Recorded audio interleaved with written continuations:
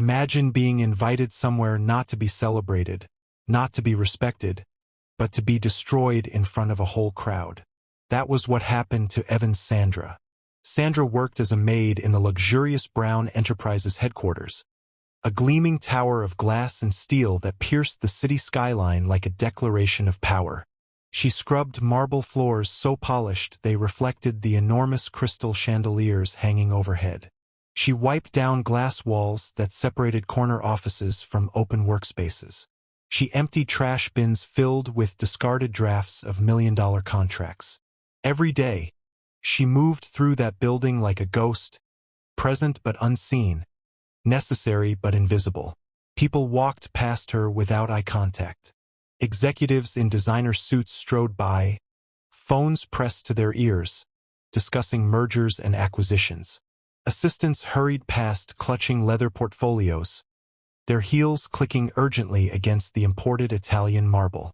To them, Sandra was furniture, fixture, part of the building itself.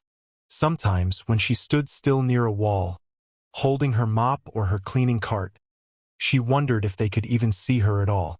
The building was a temple of wealth. Everything in it whispered or shouted money. The lobby fountain was imported from Italy. The executive floor elevator required a key card and a retinal scan.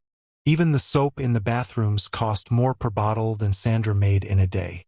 Sandra was 47 years old. Her hands were calloused and dry despite the lotion she applied every night. Her back ached by midday, but she kept her posture straight. She'd learned long ago that slouching made you disappear even more. She wore the same dark blue uniform every day, her name stitched in plain letters over the breast pocket. Sandra E. She knew every corner of that building, every stain on every carpet, every flickering light in every hallway, every quiet corner where the Wi-Fi signal was weak. And she knew secrets, so many secrets, because people like to talk when they think nobody's listening. In elevators, in break rooms, in restrooms where they assumed the cleaning lady didn't speak English, didn't understand business, didn't matter. Sandra had learned to say very little. When people don't notice you, you hear everything. But there was one person who always made sure Sandra remembered her place. Geneva Brown. Geneva was the CEO's wife, and she was everything Sandra was not. Young, barely 32. Beautiful in the way that only money could buy. Perfect skin, perfect teeth. Perfect hair that fell in golden waves over her shoulders. She wore designer labels like Armour, Chanel, Gucci, Valentino. Her heels were always red-soled Louboutins. Her handbags cost more than Sandra's annual rent. Her jewelry sparkled even in dim light. But it wasn't her beauty or her wealth that defined Geneva. It was her cruelty. Geneva treated staff like props in her personal theater. She spoke to them only when there was an audience. Other executives' wives, socialite friends, anyone who could witness her kindness or laugh at her jokes. Her voice was always loud enough to be overheard, sharp enough to draw blood but sweet enough to sound innocent. Once, Sandra had been cleaning near the executive lounge when Geneva walked past with two friends. Geneva had paused, turned, and said brightly, "Sandra, I just love how dedicated you are. Honestly, I don't know how you do it. Cleaning up after people all day. It must be so fulfilling." Her friends had giggled. Sandra had smiled tightly and said, "Thank you, Mrs. Brown." Geneva's smile had been razor-thin. "Of course, we all have our callings, don't we?" That was 3 months ago. Since then, Geneva had barely acknowledged Sandra's existence, until today. It was late afternoon when Sandra saw Geneva approaching. She was in the executive lobby, mopping near the elevators. Geneva emerged from the private lift flanked by two women Sandra recognized from society pages. Wives of board members, perhaps, or daughters of old money. They wore the same polished armor Geneva did, designer dresses, oversized sunglasses pushed up into their hair, laughter that sounded like wind chimes. Sandra quietly stepped aside, positioning her cart out of the way. She didn't want trouble. She never wanted trouble. Bills didn't care about pride. Her daughter's college tuition didn't pause because someone disrespected her. But Geneva didn't walk past. She stopped directly in front of Sandra, her heels clicking to a halt on the marble. Her two friends flanked her like backup singers. Geneva's smile was bright and sharp, the kind that looked friendly in photographs but carried venom in person. Sandra. Geneva's voice was loud, performative. I've been looking for you. Sandra's hands tightened on the mop handle. Whenever Geneva sought her out, it was never for anything good. Mrs. Brown, Sandra said quietly, keeping her eyes respectfully lowered. Geneva held up a small cream-colored box tied with a gold ribbon. Inside, Sandra could see the edge of something embossed, expensive. An invitation. I have something special for you, Geneva said, her voice dripping with false warmth. Her friends exchanged glances, struggling not to laugh. Sandra's stomach tightened. This was wrong. Geneva Brown didn't give gifts to maids. Geneva opened the box with theatrical slowness and pulled out a thick, gold-embossed envelope, the kind of invitation Sandra had only ever seen in trash bins. Formal, elegant, reserved for people who belonged in rooms she only cleaned. It's an invitation, Geneva announced, holding it up like a trophy, to the annual Brown Enterprises Charity Gala. This Saturday, the Grand Meridian Ballroom. Sandra stared at the envelope. Her pulse quickened, but she kept her face neutral. Something inside her, something old and sharp, whispered a warning. This is not kindness. Geneva extended the invitation toward Sandra, her smile widening. You should come, Sandra. Really. It'll be educational for you. You'll get to see how real success looks, how people who've actually made something of themselves live. One of her friends let out a small, quickly stifled laugh. Sandra took the envelope slowly. The paper felt heavy, expensive. Her name was handwritten across the front in elegant script. Ms. Evans Sandra. Thank you, Mrs. Brown, Sandra said quietly. Geneva's eyes glittered with something cold and satisfied. Oh, don't thank me. It's my pleasure. Everyone deserves to see what's possible when you work hard and make the right choices. She paused, her smile sharpening. Right, Sandra? Sandra's hands paused on the mop handle. Her eyes flickered, not with fear, but with something unreadable, something dangerous. Because sometimes, the people you underestimate are the ones who've been waiting for you to make a mistake. Right? Sandra said softly.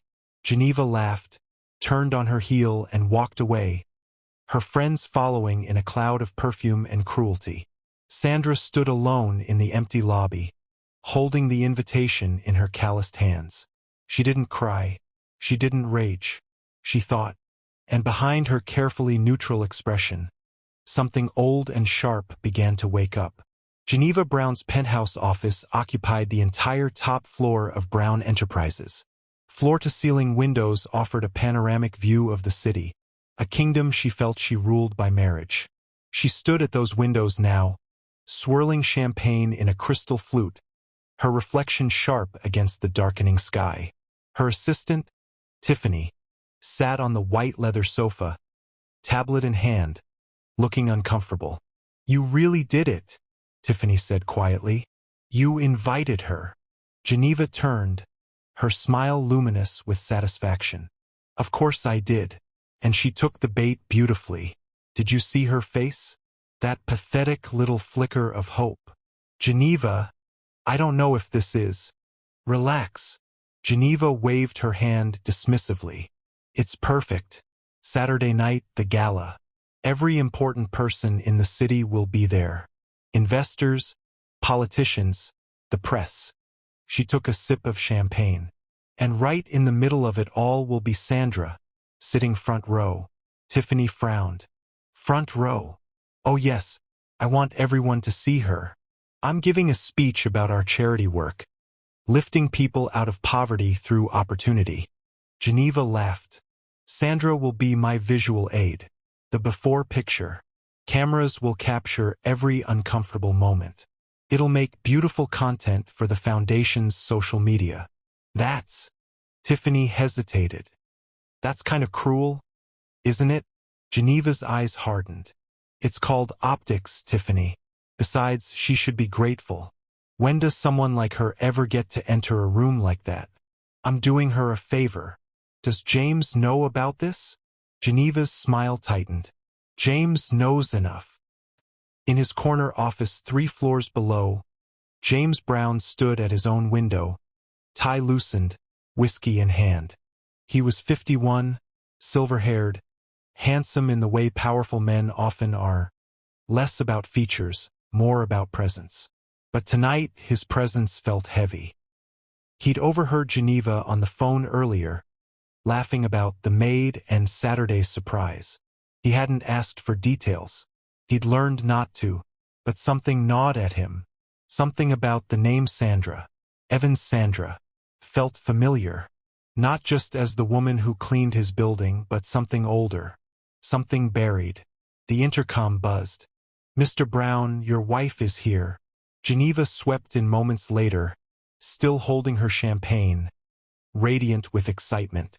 She kissed his cheek, leaving a lipstick mark he didn't wipe away. Darling, Saturday is going to be perfect. I've outdone myself. What are you planning, Geneva? Just a little fun. She smiled. Trust me, this gala will be unforgettable. James said nothing. He turned back to the window, watching the city lights blink on one by one. Something felt wrong.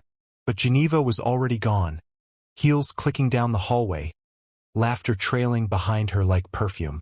Sandra's apartment was small, a studio in a building 40 minutes by bus from Brown Enterprises. The walls were thin. The heating was unreliable, but it was hers and it was clean. She sat at her tiny kitchen table that night, the gold-embossed invitation lying in front of her like a weapon. For a long time, she just stared at it. Then she stood, walked to her closet, and knelt down. Behind a row of worn shoes was a metal lockbox. She entered the combination, a date she'd never forget, and opened it. Inside, a faded diploma, corporate documents, and a photograph. Sandra lifted the photo carefully. It showed a different woman. Younger, sharper, dressed in an impeccable navy suit. Her hair was styled. Her expression was confident, almost fierce. She stood next to a man in an expensive suit, both of them shaking hands in front of a backdrop that read, Evans and Cross LLP Mergers and Acquisitions. The man was James Brown. Sandra had been a senior partner then, one of the most respected mergers and acquisitions attorneys on the East Coast. She'd built her reputation on brilliant, aggressive deal structuring. Hostile takeovers were her specialty. She saw opportunities where others saw risk. James Brown had been different back then, ambitious, hungry, but stuck. He was a mid-level executive at a failing tech firm with a vision but no path forward.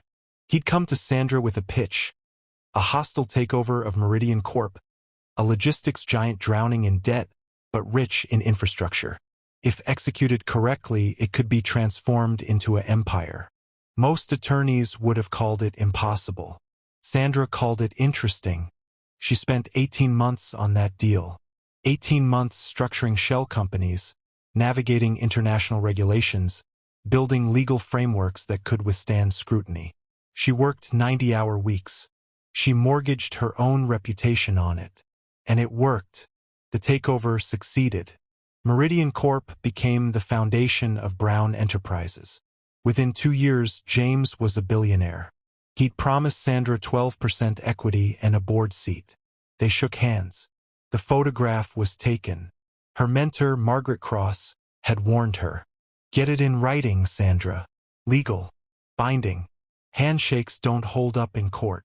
But Sandra had trusted James. She'd believed in loyalty, in gratitude, in honor. She'd been wrong. 6 months after the deal closed, James turned on her. The allegations came suddenly. Financial misconduct, insider trading, breach of fiduciary duty. All fabricated. All carefully crafted by corporate lawyers James had hired, lawyers who specialized in making problems disappear. Sandra fought. She hired attorneys, filed motions, demanded audits. But James had resources she didn't. The legal battle drained her savings. Her reputation was destroyed in whispers and insinuations. Clients abandoned her. Her partnership was revoked. She'd learned later, much later, that Geneva had been the one whispering in James's ear. Get rid of her before she asks questions. Before she realizes what she's owed.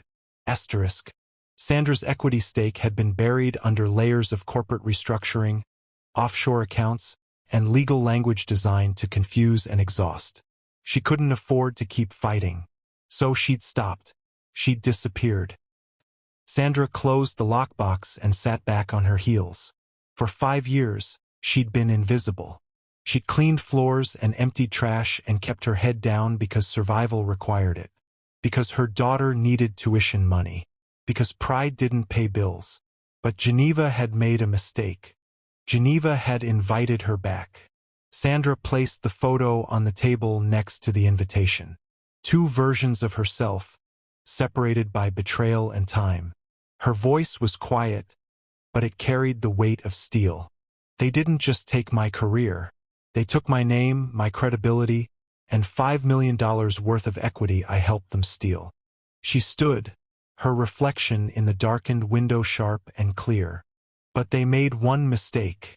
They invited me back. Sandra didn't act impulsively. She'd learned that lesson the hard way. This time she would be strategic, methodical, surgical. She made 3 phone calls. Call 1, Marcus Liu. Marcus Liu was a forensic accountant with a reputation for finding money people wanted to stay hidden. He'd worked with Sandra years ago on a fraud case that had saved a pension fund from collapse. He owed her. The phone rang twice before his familiar voice answered. This is Liu. Marcus. It's Sandra Evans. Silence. Then, Sandra. Jesus. I thought you'd. Where have you been? Working. Surviving. Waiting. Her voice was calm. I need you to follow the money. Brown Enterprises. 2019 restructuring. Find where my equity went. Sandra. Are you sure you want to open this door? It was never closed, Marcus. Just hidden. A pause. Then, send me what you have. I'll find it. Call 2. Attorney Diane Reyes. Diane Reyes was a bulldog. A litigator who specialized in corporate fraud and executive misconduct. She'd wanted to go after James Brown for years, but had never had the evidence. Diane Reyes. Diane, it's Sandra Evans. Holy hell. Sandra? Diane's voice sharpened immediately. Where are you? Are you okay? I'm fine, and I'm handing you a case. But I need you ready to move fast. How fast? Saturday night. Diane laughed. A sound like a blade being sharpened. Tell me everything. Call 3. Kayla Torres. Kayla Torres was a stylist to the elite. She dressed Supreme Court justices, Fortune 500 CEOs, and Oscar winners. She and Sandra had been friends once before the fall. Kayla speaking. Kayla. It's Sandra. A sharp intake of breath. Sandra? My God. I've been trying to find you for years. Where? I need your help. I need to look untouchable. Kayla's voice shifted instantly, professional and precise. When? Saturday. Say no more. I know exactly what you need. Saturday evening arrived with the weight of inevitability. The Grand Meridian Hotel ballroom was a spectacle of wealth. Crystal chandeliers the size of cars hung from gilded ceilings. Ice sculptures shaped like swans flanked champagne towers. A string quartet played near the entrance. The city's elite gathered in tailored tuxedos and couture gowns. Politicians, investors, socialites, all glittering under carefully positioned lights. Geneva stood near the entrance, radiant in a custom Valentino gown, champagne flute in hand. She scanned the crowd with the satisfaction of a general surveying her troops. Tiffany approached, tablet in hand. Geneva, the photographers are positioned. Front row is reserved. Are you sure she'll actually come? Geneva smiled. Oh, she'll come. People like her can't resist the chance to be seen. To pretend, even for one night, that they belong. Across the room, James stood surrounded by investors, forcing smiles, shaking hands. But his attention kept drifting to the entrance. That gnawing unease had grown into something sharper. He checked his watch. 7:45 p.m. Then the ballroom doors opened, and silence fell like a curtain dropping. Sandra walked in, not timid, not apologetic, not the woman they expected. She wore a midnight blue gown that moved like water, simple, elegant, devastating. No excess, no desperate glamour, just perfect, understated authority. Her hair was swept into a sharp chignon. Her jewelry was minimal. A single strand of pearls, small diamond earrings. Her posture was regal. She didn't rush. She didn't hesitate. She walked through that ballroom like someone who had built the room they were standing in. Conversations stopped mid-sentence. Heads turned. The string quartet faltered for half a measure. Geneva's champagne glass froze halfway to her lips. Her smile cracked like porcelain. James turned from his conversation with investors, and the blood drained from his face. "Oh my God!" someone whispered. "Is that?" Whispers spread like wildfire. Asterisk, who is she? Asterisk, she looks familiar. Asterisk, wait. Isn't that Evan Sandra? Asterisk, the attorney who? An older man near the bar set down his drink, eyes widening. Senator Philip Crane, silver-haired and commanding, moved through the crowd toward Sandra. Evan Sandra. His voice carried across the sudden silence. "I thought you'd disappeared. It's been, what, 5 years?" Sandra met his gaze steadily. 5 years, Senator." He turned to the crowd, voice rising with authority. "Ladies and gentlemen, if you don't know this woman, you should. Sandra Evans structured half the major deals in the city, including the one that built Brown Enterprises." The room shifted. Every eye turned toward James Brown. Geneva's face hardened into pure panic. And Sandra, calm, composed, powerful, smiled. Not with cruelty, with certainty, because the game had just begun. And this time she was writing the rules. Geneva moved quickly, desperately. She pushed through the crowd, her Valentino gown swishing against marble floors, and intercepted Sandra near the champagne fountain. "Sandra!" Geneva's voice was low, tight, barely controlled. Her smile was forced, her eyes wild. "You weren't supposed to. This was just a harmless joke. You should leave, before you embarrass yourself." Sandra turned slowly, meeting Geneva's gaze with perfect calm. "I'm not here to embarrass myself, Geneva." Her voice was ice wrapped in silk. "I'm here to collect what I'm owed." She reached into the small clutch at her side and produced a slim leather folder. The movement was deliberate, theatrical. The crowd leaned in. Sandra opened it. Inside were documents, legal papers, printouts, highlighted sections, sticky tabs marking critical pages. "Original equity agreements," Sandra said clearly, her voice carrying across the silent ballroom. "Signed by James Brown on March 14, 2019. Promising me 12% equity in Brown Enterprises and a board seat." Gasps rippled through the crowd. Geneva's face went white. "That's not." "Email chains," Sandra continued, pulling out another set of papers. "Proving the misconduct allegations against me were fabricated, including one from you, Geneva, dated June 2019. She read aloud, "Asterisk, get rid of her before she asks questions. Make it messy enough that she can't fight back." Asterisk. Geneva stumbled backward. "James, do something." But James stood frozen, his face the color of ash. Sandra produced a final document. And forensic analysis conducted by Marcus Liu, one of the best accountants in the country, showing $5 million in assets hidden in offshore accounts. Assets directly tied to my equity stake. She looked directly at Geneva, her expression unreadable but powerful. You humiliated me because you thought I had nothing left to fight with. She paused. You were wrong. The ballroom doors opened again. A woman in a sharp charcoal suit strode in, flanked by two paralegals carrying document boxes. She was in her 50s, gray-haired, with the bearing of someone who'd won cases that made headlines. Attorney Diane Reyes. She walked directly to James Brown, heels clicking like a countdown. Mr. James Brown.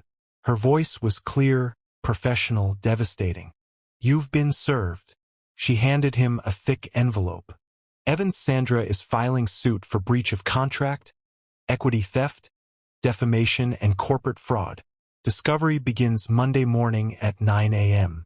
We'll be subpoenaing all corporate records from 2018 to present, all email communications, and all offshore account transactions. James's hands trembled as he held the envelope. He tried to laugh, but it came out strangled. This is ridiculous. We settled this years ago. Sandra stepped forward.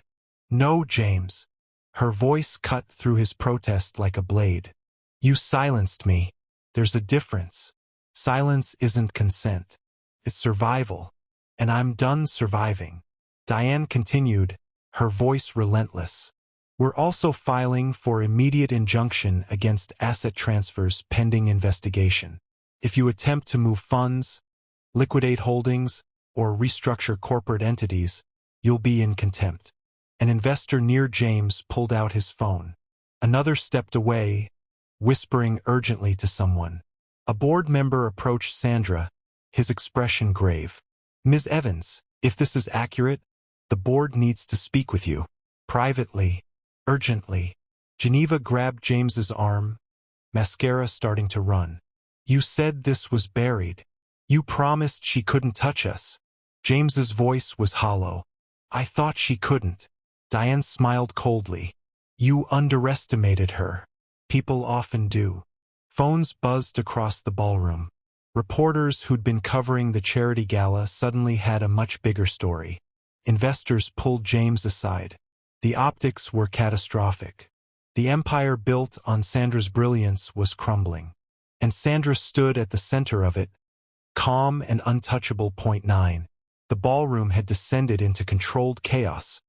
Whispered conversations, urgent phone calls, journalists typing furiously.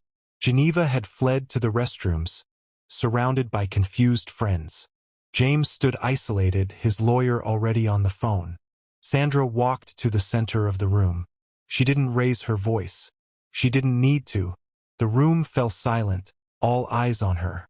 I didn't come here for revenge, she began, her voice steady and clear. I came here because Geneva wanted to remind me of my place. She invited me to this gala not as a guest, but as entertainment, as a cautionary tale, as someone to pity or mock. She paused, letting that sink in. So let me remind all of you of something. Her gaze swept the room.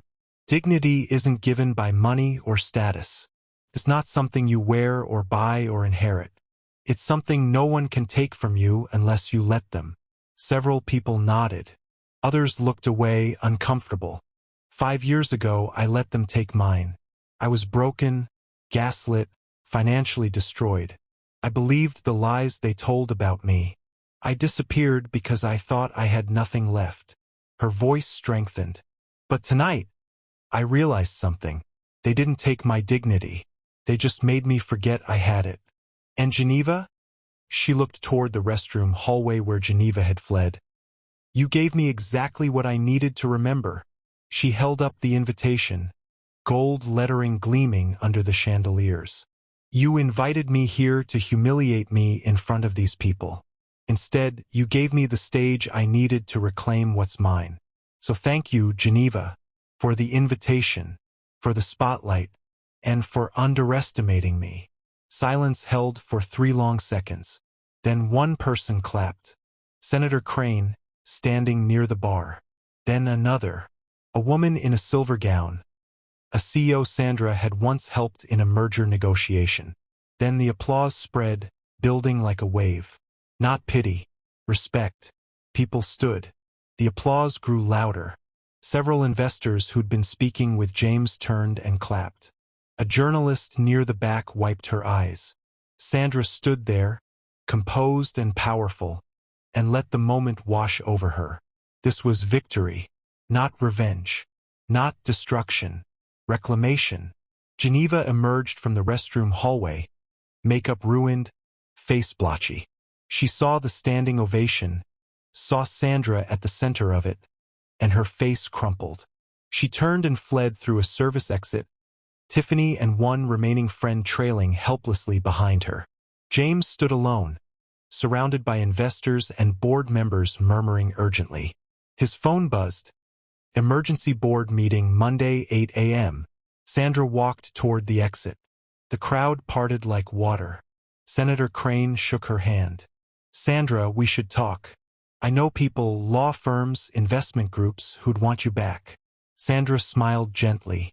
Thank you, Senator. But I'm not interested in going back. Then what are you interested in? Her eyes gleamed. Building something new. Something they can't touch. She walked out into the night, leaving behind the wreckage of an empire built on her stolen work. She didn't just win the night. She won her life back. And theirs? It was just beginning to fall apart. 72 hours later. The headline in the Financial Times read, Brown Enterprises CEO faces fraud lawsuit. Former attorney claims $5 million theft. The New York Post was less subtle. Billionaire's wife mocks Maid doesn't know she built his empire. James Brown sat in his corner office, staring at the headlines on his computer screen. His hands shook slightly. The board had met Monday morning. 3 members resigned immediately, citing ethical concerns and fiduciary responsibility. 2 major investors pulled their funding. The stock price had dropped 18% in 2 days. His lawyer sat across from him, grim-faced. James, the evidence is overwhelming. The emails, the equity agreements, the forensic accounting, it's ironclad. If this goes to trial, you'll lose everything. What are my options? Settle. Fast. Liquidate assets to cover it. The European division is worth approximately $5 million. Sell it. Pay her what she's owed plus damages. And hope she doesn't pursue criminal charges. James closed his eyes. The European division had been his crown jewel, his expansion into new markets. Do it. Geneva sat in their penthouse, phone dark, social media accounts deleted. Her friends had stopped calling. The charity boards had quietly asked her to resign. Her influencer partnerships had been paused indefinitely. The press had been brutal. She'd been photographed fleeing the gala, makeup ruined, and the image had gone viral. The captions were merciless. She tried to explain to James that it was just supposed to be fun. Just a joke. Just harmless. He hadn't spoken to her in 2 days. Sandra sat in a small cafe in Brooklyn, morning light streaming through the windows. Across from her sat Diane Reyes and Marcus Liu. The settlement offer came through, Diane said, sliding a folder across the table. $5 million, full equity acknowledgement, public statement of wrongdoing, and all legal fees covered.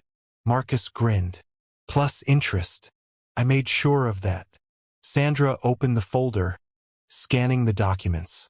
Everything she'd lost, everything she was owed, finally acknowledged in black and white. There's more, Diane said. You've had calls. 3 major law firms want you as a consultant. 2 companies are offering board seats. And a publisher wants to discuss a book deal. Asterisk the woman they tried to erase. Asterisk. Sandra smiled slightly. And what do you think I should do? Diane leaned forward. I think you should do whatever the hell you want. You've earned it. Sandra set down the folder. I don't want what I had before, she said quietly. That life was built on trust that didn't exist, on systems that failed me. I want to build something different. Like what? Sandra's eyes gleamed with purpose. The Evans Legal Fund. Free representation for employees wronged by corporate fraud. Protection for whistleblowers. Legal support for people who can't afford to fight back. She pulled out her phone and showed them a case file. My first client is a janitor, single mother of 2. Her employer, a Fortune 500 company, has been stealing wages for 3 years through illegal tip pooling. She's owed $47,000. She came to me because she heard what happened at the gala. Marcus laughed. You're going to war. No, Sandra corrected. I'm going to make sure other people don't have to fight alone. The way I did. Diane raised her coffee cup. To building something they can't touch. They clinked cups. 2 weeks later, Sandra stood in a small office in downtown Brooklyn. The sign on the door read, Evans Legal Fund, justice delayed is not justice denied. The space was modest, donated by a sympathetic landlord, furnished with second-hand desks and chairs. But it was hers, and it was full, for clients sat in the waiting area. A paralegal Sandra had hired, a young woman who'd been blackballed from corporate law for reporting harassment, worked at the front desk. Sandra looked out the window at the city skyline. She could see Brown Enterprises Tower from here, gleaming in the distance. Her phone buzzed. A text from her daughter. Mom, I saw the news. I'm so proud of you. Call me when you can. Sandra smiled. This wasn't the end of her story. It was the beginning of the one she was always meant to write. And for James and Geneva, their story was over. They just didn't know it yet. But Sandra did. And that was enough.